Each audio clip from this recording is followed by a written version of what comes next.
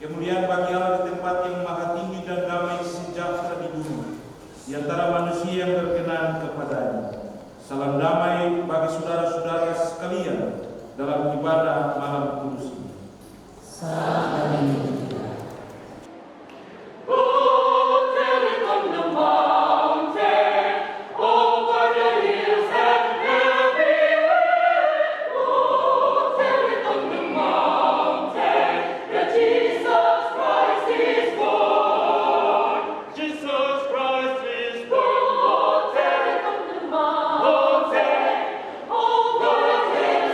Everywhere, oh,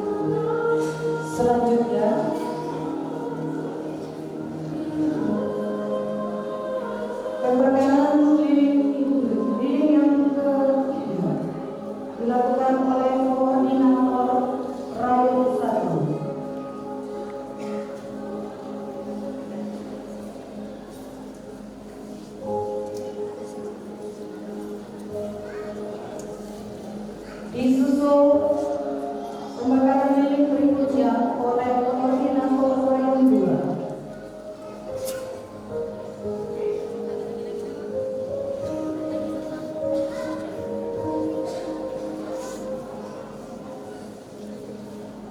Pembakaran lilin berikutnya oleh koordinator Rayon 3.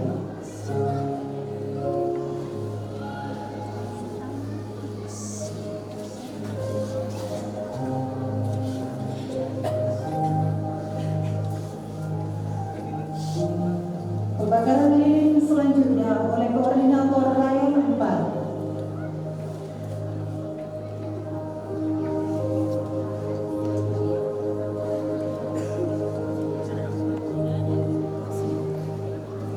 Pembakaran lilin selanjutnya dari pengurus Persekutuan Anak dan Remaja.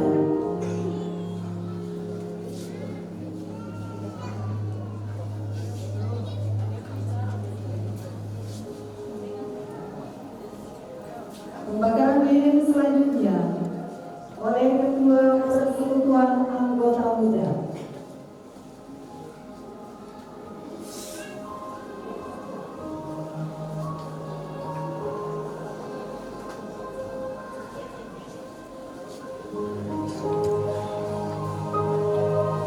Pembakaran lilin selanjutnya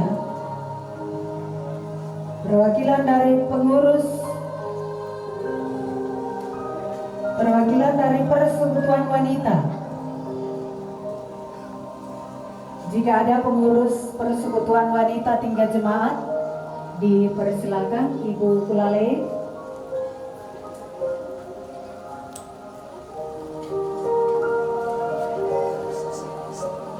Persekutuan Wanita.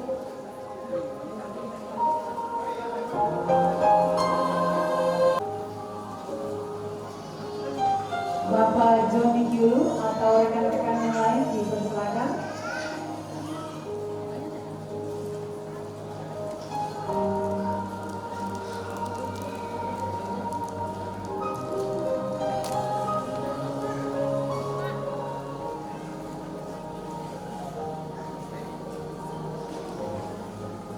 Bapak. PKB.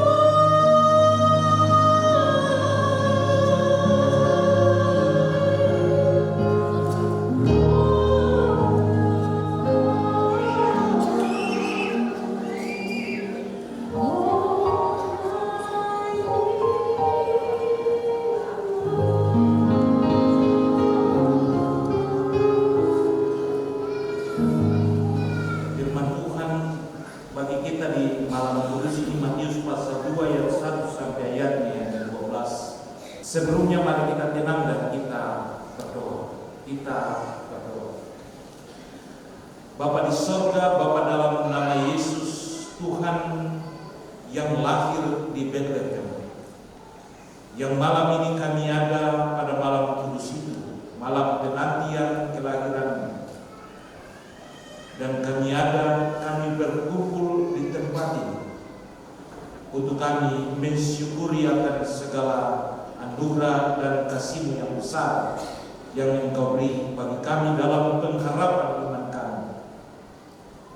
Kami akan membaca bagian firman-Mu untuk mengajarkan kami maksud Allah dengan kelahiran Kristus di Bethlehem di tanah Yudea yang adalah Mesias. Tolong kami Tuhan dengan kekuatan kuasa Roh Kudus-Mu, mampukan kami artikan firman ini bagi kami supaya kami benar-benar dikuatkan dan dimampukan untuk dapat memahami bagian firman. Usir segala kuasa yang mengganggu kami, dan biarlah Roh Kudus mempersiapkan hati dan pikiran kami di malam kudus ini supaya kami benar-benar bersuka cita oleh karena firman. Bersabarlah kepada kami Tuhan, karena kami siap mendengar. Amin. Injil Matius pasal 2 ayatnya yang pertama sampai ayatnya yang ke-12 dengan perikop orang-orang Majus dan Timur.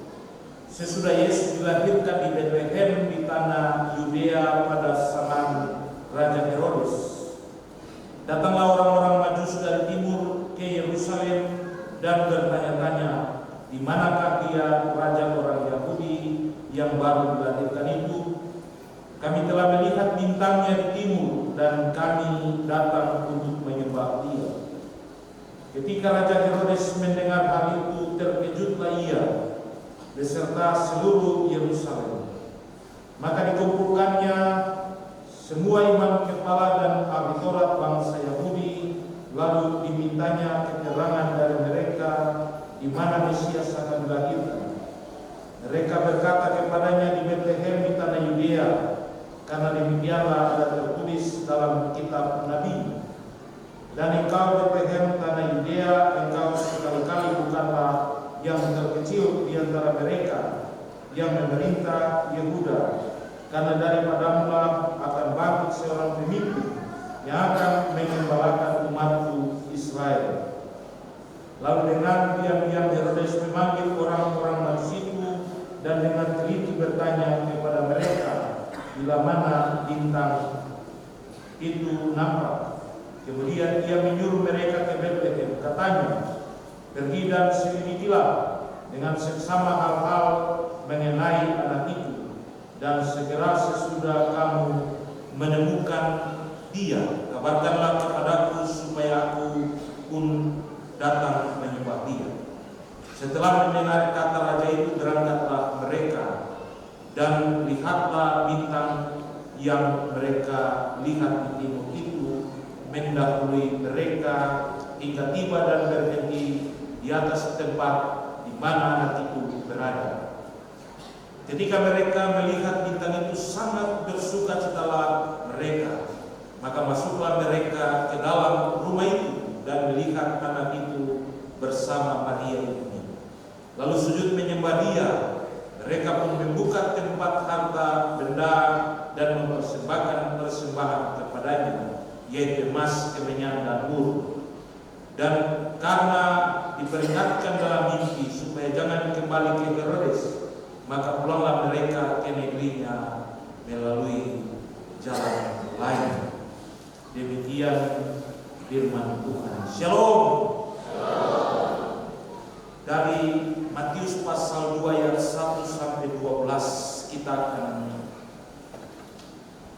memahami bagian firman ini dalam sebuah catatan tema penggenapan nubuat tentang kelahiran Mesias. Malam kudus, malam yang menurut orang tua-tua, malam yang baik. Malam yang baik karena kebencian harus dihilangkan, menjadi kebahagiaan. Segala hal yang rusak harus menjadi baik karena semua bilang malam ini malam yang baik. Karena kita benar-benar menantikan kelahiran Sang Pembawa damai itu. Itulah sebabnya Injil Matius ditulis untuk menyentil dan memberi pemahaman kepada orang-orang Yahudi yang tetap menantikan pengharapan akan kelahiran seorang Mesias yang dinubuatkan di dalam Perjanjian Lama. Sehingga hampir setiap peristiwa yang dicatat oleh Matius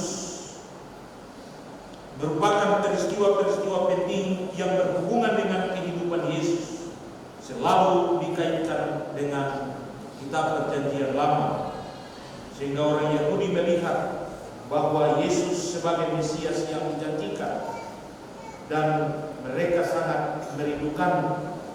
Itulah sebabnya kelahiran Yesus dilukiskan dengan kedatangan orang-orang Majus, pelarian ke Mesir, kembali ke Nazaret, dan Matius juga menekankan bahwa kelahiran Yesus bukan peristiwa kebetulan, tetapi peristiwa itu merupakan sebuah penggenapan yang dibuatkan oleh Allah dalam Mika pasal 5 ayat 2, dan itu digenapi oleh ketika Yesus lahir di Betlehem, kota Daud. Ada 3 hal penting yang tercatat dalam Matius pasal 2 ayat 1 sampai ayat yang ke-12. Yang pertama ayat 1 sampai ayatnya yang kedua, yang kedua ayat 3 sampai ayatnya yang ke-8, dan yang ketiga ayat 9 sampai ayatnya yang ke-12, di mana ketiga bagian ini memberi informasi yang cukup akurat dan berbeda dari apa yang dilukiskan oleh Injil yang lain. Yang pertama ayat 1 sampai ayat yang ke-12, kedua ke Betlehem untuk menyaksikan penggenapan nubuat. Dikisahkan bahwa orang-orang Majus dari timur mereka datang dan memulai memberikan sebuah keterangan kepada orang-orang di Yerusalem, sehingga dikatakan dalam bagian ini Herodes dan semua orang di Yerusalem sangat terkejut. Itulah sebabnya ayat 1 sampai ayat yang kedua memberi sebuah pesan sesudah Yesus dilahirkan di Betlehem di tanah Yudea pada zaman Raja Herodes, menunjukkan sebuah peristiwa dan cerita yang benar-benar digenapi dalam nubuat para nabi di waktu-waktu yang lalu, terutama pada Mika pasal 5 ayatnya yang pertama yang menyebutkan kelahiran Yesus secara spesifik di Betlehem di tanah Yudea, di mana Matius menegaskan bahwa Yesus benar-benar Mesias yang dijanjikan. Betlehem adalah kota Daud, sehingga kelahiran Yesus di sana memberikan sebuah pernyataan identitasnya sebagai anak Allah, anak Daud, raja yang menderita selama-lamanya. Dan Yesus benar-benar hadir di zaman pemerintahan Raja Herodes. Dan orang-orang timur, orang-orang Majus dari timur, mereka datang dan mengejutkan seluruh penduduk Yerusalem termasuk Herodes sendiri. Siapakah orang-orang Majus dari timur itu? Kalau kita belajar, mereka disebut orang-orang yang pandai, orang-orang yang bijak, orang-orang yang memiliki ilmu yang khusus, orang-orang yang memiliki kemampuan menafsir tentang perbintangan, bahkan menafsir tentang mimpi, dan mereka memiliki penelitian yang jitu tentang berbagai macam hal. Dan mereka ada dan memberi pesan di manakah raja orang Yahudi yang dilahirkan. Hal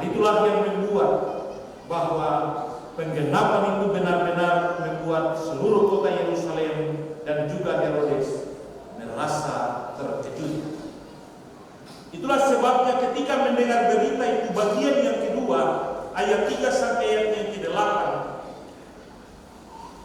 apa yang menjadi respon Herodes dan pemimpin-pemimpin Yahudi terhadap penggenapan tentang Mesias itu? Dalam bagian ini ayat 3 sampai 8 dikatakan, Raja Herodes mendengar itu dan ia terkejut dan ia memanggil semua pemimpin Yahudi dan imam-imam kepala, menanyakan informasi dan ketepatan daripada kelahiran Mesias itu. Dan bagian ini juga menjelaskan bahwa pemimpin-pemimpin Yahudi dan imam-imam kepala memberi pernyataan di Yudea, di Bethlehem, tanah yang terkecil, akan lahir seorang yang akan memimpin orang Israel untuk selama-lamanya. Itu respon dari Herodes.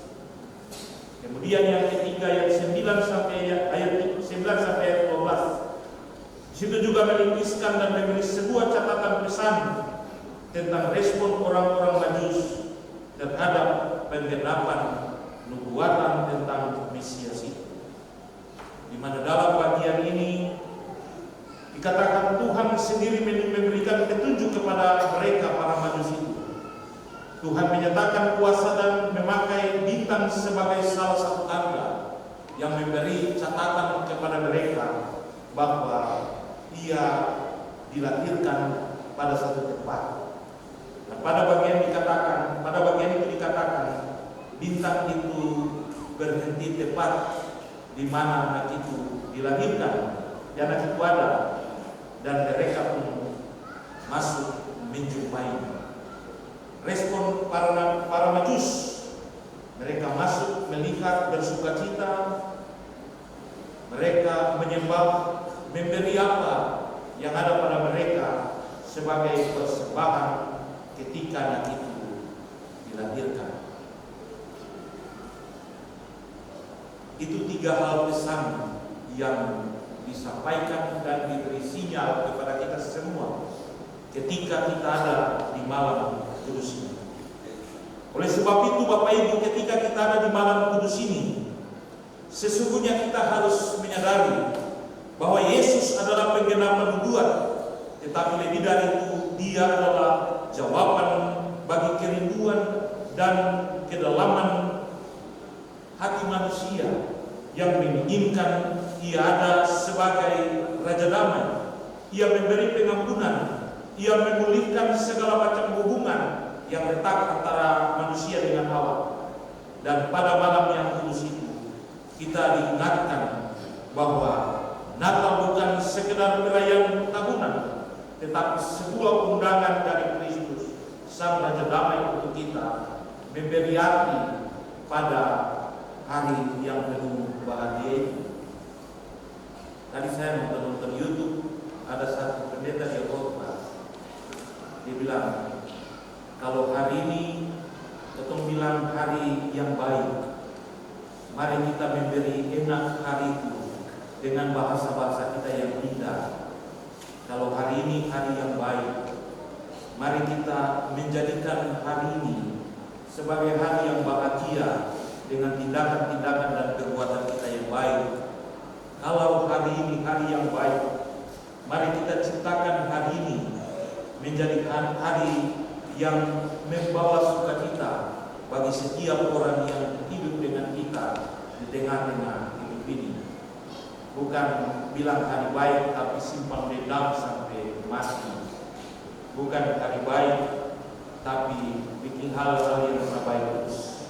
Oleh sebab itu kita harus menyadari bahwa Yesus benar-benar hadir dan memberi penggenapan terhadap nubuat Allah. Ia hadir, Ia memberi perdamaian di tengah-tengah segala situasi dan ruang. Ia memberi pengampunan, Ia memulihkan segala macam hal, dan Ia mau kita ada dan memberi sesuatu hal, dampak yang luar biasa bagi hari yang baik itu. Kemudian Bapak Ibu, sesungguhnya Allah kita adalah Allah yang setia. Ia selalu menggenapi janji-janjinya. mengakhiri bulan November. Dalam penutupan bulan November saya ajak jemaat, mari kita menyanyi lagu yang bilang, janjimu seperti fajar pagi hari, dan tiada kata terlambat bersinar. Karena janji Tuhan tidak pernah dia tidak tepati. Dia tetap tepati janji itu. Setiap pagi, jam yang sama, detik yang sama, matahari tetap bersinar, memberi kehidupan kepada kita. Dan itulah janji Allah yang tidak pernah berubah. Allah dalam Kristus yang menjadi janji daripada Allah di sorga, memberi sebuah pengharapan bagi semua umat tentang Mesias yang laku, yang akan mendamaikan segala situasi yang membuat kita ada dalam pergumulan hidup yang berat. Ia benar-benar hadir dan memberi sebuah harapan bagi setiap orang yang merindukan. Ia benar-benar hadir dan ia memberikan pemulihan pada setiap orang yang hidup karena dosa itu. Ia benar-benar hadir dan ia menjamin keselamatan kekal bagi setiap orang yang percaya kepadanya. Itulah sebabnya di malam kudus ini, ketika kita ada, maka kita harus sambut kelahirannya, kita harus sambut kedatangannya dengan bersyukur bahwa benar-benar Allah selalu menjanjikan dan menepati apa yang menjadi pengharapan kita. Malam ini juga kita diajak untuk belajar daripada orang Majus. Orang Majus, mereka bersedia, mereka rela dituntun untuk berjumpa dengan Yesus. Apa yang menjadi penuntun hidup kita haruslah menjadi sosok yang penting. Yesus telah menawarkan dirinya bahwa dia akan tetap menuntun dan menjaga kita. Bapak Ibu, kalau kita baca di pengajaran tentang pernikahan, ada satu pernyataan dia bilang begini, Yesus tetap menolong dan tetap memberkati kita sekalipun kita tidak pernah mengharapkannya. Dan malam ini orang Majus benar-benar telah dituntun oleh Tuhan untuk menuju tempat di mana nubuat itu harus digenapi. Maka ketika malam ini, ketika kita ada dan merayakan hari yang penuh dengan kebaikan ini, kita juga harus memberi diri untuk dituntun oleh Kristus, karena dia benar-benar telah datang, dia benar-benar telah hadir dan memberi kita suatu pengharapan yang teguh bahwa tiada dan dia rela memberi apa yang menjadi bagian dari pengharapan kita. Kita mungkin punya pengalaman berjalan bersama Tuhan. Ada masa di mana kita ada dalam kesulitan dan sesuatu hal yang membuat kita tidak bisa berbuat apa-apa, tapi Tuhan sanggup mengangkat dan menolong kita. Atau mungkin di tahun ini ada prestasi-prestasi yang luar biasa yang kita peroleh dan kita bisa nikmati. Tapi hari ini kita juga harus belajar bahwa karena Kristus yang menuntun kita, maka apa yang menjadi prestasi kita merupakan sesuatu hal yang harus disyukuri. Karena ketika kita melihat orang Majus, mereka benar-benar membuktikan apa yang mereka pelajari. Allah benar-benar membuktikan apa yang mereka pelajari. Mereka bersukacita oleh karena segala hal yang ada. Dan ketika dalam sukacita itu, mereka menyembah Tuhan, mempersembahkan apa yang bisa mereka berikan. Malam yang baik ini, kita harus belajar daripada mereka bahwa Kristus telah menuntun kita, Ia telah menjaga kita, Ia menawarkan kehidupan kekal bagi kita. Maka kita harus bersukacita, menyembah dan memberi diri untuk tetap ada menjadi bagian hidup bersama Kristus. Karena dia bilang nanti dia datang dan Dia akan menjadi hakim untuk kita semua. Yang berikut Bapak Ibu, kita harus jauh-jauh buang apa yang menjadi bagian dari kehidupan Herodes. Seperti awal saya bilang, enakanlah hidup ini dengan kata-kata yang enak. Buatlah hidup ini menjadi hidup yang penuh bahagia dengan tindakan-tindakan dan perbuatan kita. Jangan sampai ketemu seperti Herodes, ada dusta di antara kita. Jangan sampai ketemu berkata seperti Herodes, lalu ketika tujuannya tidak sampai, membuat ada pembunuhan anak-anak bayi sehingga ada terjadi penyingkiran ke Mesir. Tapi kita juga harus memiliki prinsip seperti orang Majus, taat dan setia. Kalau dong pikir Herodes itu orang yang hebat dan luar biasa yang harus dong tunduk, pasti dong pulang kembali ke Herodes terus dapat dia kan, dia ada di Bethlehem. Tempo sudah jadi sembah dia. Tapi orang memegang prinsip yang luar biasa.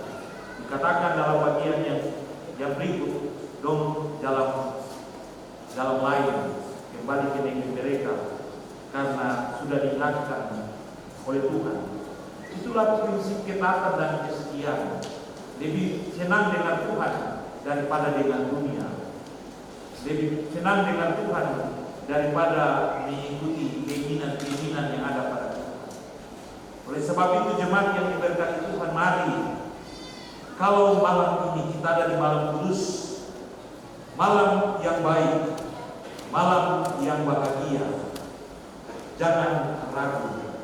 Seperti kata-kata yang diungkapkan dan dinyanyikan oleh Nona Adam, benarkah Mama Tuhan Yesus mau datang ke dunia? Dia sudah datang ke dunia. Dia sudah mendamaikan semuanya. Dia sudah memberi pemulihan terhadap kita. Dia telah memberi pengharapan yang besar akan kehidupan kekal bagi kita.